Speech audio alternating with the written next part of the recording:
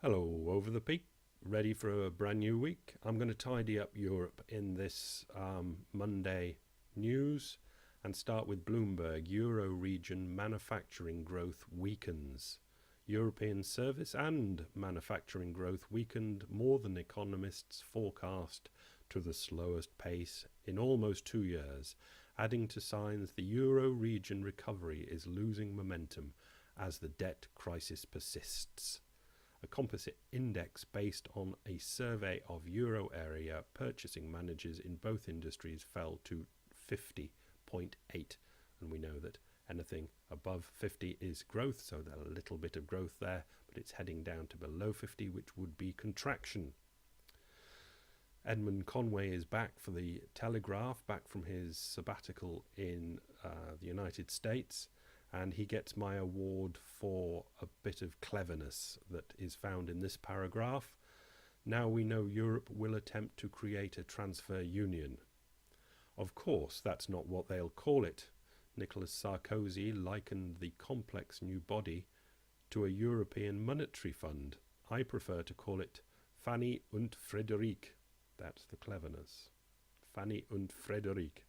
What else should one christen something which, like the stricken American mortgage giants, is a AAA rated vehicle backed by the strongest sovereigns in the euro area whose sole task is to support the embattled periphery? It's a good analogy. Underneath the bonnet, this is a mechanism for fiscally transferring wealth from one part of the area to another. Voila, a euro treasury. Krugman over in the States, talking of the bailout, says, pointing to number 9, that all euro area member states will adhere strictly to the agreed fiscal targets, improve competitiveness, and address macroeconomic imbalances, just like that.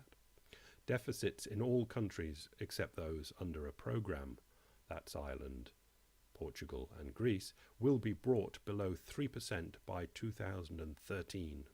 Not long, and they're a long way outside that. That's the percentage deficit to GDP. Okay, says Paulie, we're going to demand harsh austerity in the debt crisis countries. He's not happy with that, but he says, okay, we'll take that. And meanwhile, we're going to have austerity in the non-debt crisis countries. Plus, the ECB is raising rates. So demand will be depressed in both crisis and non-crisis economies. And this will lead to vigorous recovery through... What? Exactly. Econ Monitor Emre Deliveli's blog. I'll go quickly past it. I've mentioned that the Turkish central bank is doing strange things, and it looks like the Turkish banks are coming under pressure, not because of it, but it's all wrapped up together that Turkey's economy is doing odd things, quite frankly. It's not just going downhill, it's just doing odd things. Editorial in the Financial Times that Cyprus is awash in a tide of troubles. I won't read it to you. Who cares about Cyprus? Quite a few people do, actually. Cyprus in trouble. Property and mortgages. Financial Times, Eurozone property values drop. The escalating Eurozone debt crisis has seen demand for property in the worst hit countries drop significantly in recent months, but has not yet caused a sell-off by existing holiday homeowners. Experts say they're just holding on. UK interest in Portuguese, Greek, Italian, Spanish property has fallen by as much as 25%, etc. It's not surprising. Business Insider Money Game, 20 banks that are praying for the European bailout to be a success to work. Now, this is one of these 20 countdown things, so I'll go over to the internet and you can follow the lead if you want, and I'll start at number 10 because it'll take too much time to do the others. Dexia in Belgium, another country that's still hasn't got a government, and certainly the French-speaking part is in enormous financial trouble. Dexia in Belgium has got 132 billion exposure to pigs. Portugal, Italy, Ireland, Greece and Spain. That's still a lot of money, $132 billion because it's Business Insider. And that's 552% of its common equity. Banco Santander, now famous in the UK, 567 billion they've got in exposure to the pigs, which is nearly 1,000% of its common equity. UniCredit in Italy, that was part of the initialising the run on Italian government bonds, has $541 billion worth of exposure to sovereign pigs, and that's over 1,000% of its common equity. Bank of Ireland, not much, only just over 100 billion, but that's 1,300% of its common equity. BBVA in Spain, second behind Santander's as biggest banks, has an exposure of $552 billion of sovereign pig debt. There's a lot of it out there, which is over 1,500% of its common equity. A Greek bank, Sao Paulo, an Italian bank, another Spanish bank, Banco MPS, a Monte Pascha. I've spent quite a lot of time in Monte Pascha banks.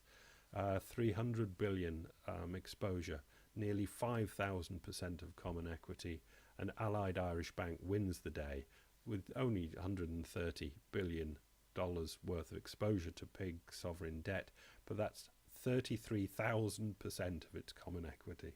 But we know that there are exceptional things happening at Allied Irish banks. Anyway, moving on. We found this great chart posted over at New Economics by Rebecca Wilder. She seems to be getting her name around the place. Private sector bank deposits. In blue, where it kicks up there, that's late 2008, where I think they put the rates up to entice people in, and they'd put that blanket guarantee on. I imagine that's what caused the deposits to go up in Ireland, but you can see the private deposits have been falling off, and the non-financial corporate deposits have fallen off dreadfully, making for an entire 14% of GDP has been taken from Irish banks. Ronan Lyons over in Ireland, they're talking about the NAMA sales of their properties that they took from the banks, and they've been selling them off. The previous one went for roughly 65% off old maximum prices, and this new one that's just gone off is about 70% below the old top prices. It's a lot. Over the Irish Sea to the United Kingdom and the Office of National Statistics and the government spending. Now, these charts are ex measures, which means no bank bailouts are in there. But although there's austerity meant to be going on, the one on the left, which is numbers in billions, and the other, which is percentage of GDP, both appear to me to be going up and up. So this austerity is still increasingly expensive for the United Kingdom government. The Mail Online gives us property market stuck on hold as mortgage lending falls year on year again, obviously still in the United Kingdom. 16% seasonal uplift from May to June, but that's seasonal. You don't really count that at selling and buying season.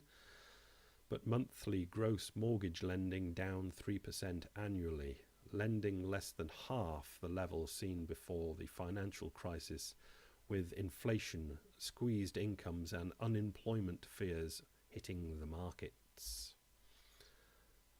Which one's this? This is the Express, I think. Mortgage falls to lowest ever rate, says Moneyfacts. Moneyfacts Co UK says average fixed and tracker mortgage rates have fallen to their lowest level since it first started recording in 1988. Now that was June 27th for that one. And now this one's the Express. Sarah O'Grady, cheap home loan to spark price war.